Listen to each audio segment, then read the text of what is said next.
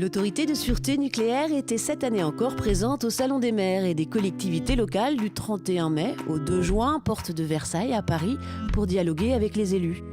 L'occasion de rencontrer le président de l'ASN, Pierre-Franck Chevet, et de dresser avec lui le bilan de l'état de la sûreté nucléaire et de la radioprotection en France en 2015. La sûreté des installations nucléaires est globalement bonne, mais le contexte à court et moyen terme est préoccupant. Dans les sites en retrait, côté EDF, on peut citer le cas de Cruas et Gravelines qui ont des problèmes de qualité d'exploitation. À l'inverse, il y a des sites qui sortent bien, positivement. Penly, Saint-Laurent. Sur d'autres installations, plutôt en retrait, l'usine de fabrication du combustible de Romans-sur-Isère, d'Areva, FBFC. Voilà un certain nombre d'exemples. Mais globalement, quand on regarde les incidents, il n'y a pas eu de niveau 2 en termes de sûreté. La situation est globalement bonne. Un bilan tiré de l'étroite collaboration entre l'autorité de sûreté nucléaire et son appui technique, l'Institut de radioprotection et de sûreté nucléaire. Cette année, on tient un stand commun avec l'IRSN. On a beaucoup travaillé ensemble avec l'IRSN autour du concept de système dual de contrôle. Nous en décideurs, eux en experts. Et c'est tout à fait logique que nous présentions ensemble à ce salon, comme dans beaucoup d'autres occasions, puisque nous sommes un système dual. Le contexte est préoccupant à court et moyen terme. Ça résulte de 3 constats. Premier constat, c'est que la charge d'investissement, c'est un enjeu industriel pour améliorer la sûreté des installations anciennes. La charge industrielle, mais les enjeux de sûreté qui sont associés sont sans commune mesure avec ce qu'on a vécu dans les 10-15 ans précédents. Donc grosse charge industrielle et d'enjeux de sûreté, alors que dans le même temps, les acteurs industriels, EDF, Areva, CEA, sont en grande difficulté ou en difficulté financière, économique ou budgétaire.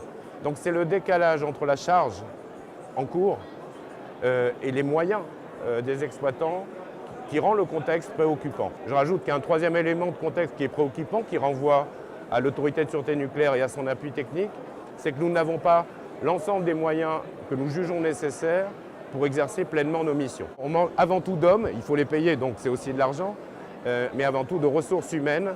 Nous estimons qu'il nous faudrait, pour l'année 2017, une trentaine, avec l'IRSN, une trentaine de postes en plus, et que globalement, sur la plus longue durée, il nous faudrait à peu près 140 postes en plus, alors que nous sommes 1000 actuellement. La période dans laquelle nous sommes, c'est une période d'enjeux sans précédent au regard des 10-15 ans passés. Quels sont ces enjeux? Premier enjeu pour EDF, la question de la prolongation au-delà de 40 ans ou non, prolongation ou non. Donc le sujet est à l'étude et on sera en mesure de prendre une position en 2018 et plus vraisemblablement en début 2019, dans un calendrier extrêmement tendu sur des questions extrêmement complexes. La deuxième question, qui est un peu la même, concerne les autres installations du cycle du combustible, les installations de recherche. C'est des installations qui ont dans l'ensemble été mises en service soit avant l'arrivée, pour préparer l'arrivée du parc nucléaire, dans les années 80. Ça veut dire qu'elles ont actuellement le même âge que les réacteurs, donc un âge assez avancé. Et c'est des installations qui doivent faire leur premier examen de sûreté. Donc c'est extrêmement compliqué et la charge est très lourde. Actuellement, on a en stock 20 demandes de réexamen. On en aura d'ici fin 2017 50. Charge de travail colossale pour les exploitants, mais aussi évidemment pour l'autorité de sûreté nucléaire. Troisième enjeu, c'est les suites de Fukushima. Beaucoup de choses ont déjà été faites. Un premier train de mesures a été mis en place sur toutes les installations nucléaires.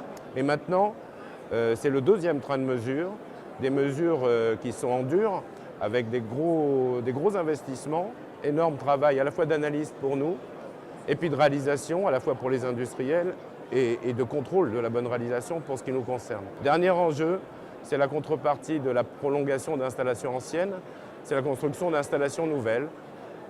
On en a un certain nombre en France, ITER, le réacteur Jules Horowitz, le PR. Tous ces chantiers ont beaucoup de difficultés, des retards. La plupart de ces difficultés sont des difficultés avant tout industrielles. Néanmoins, il y en a certaines qui touchent à la sûreté. Je pense à l'anomalie de la cuve de l'EPR. Clairement, c'est un enjeu de sûreté majeur.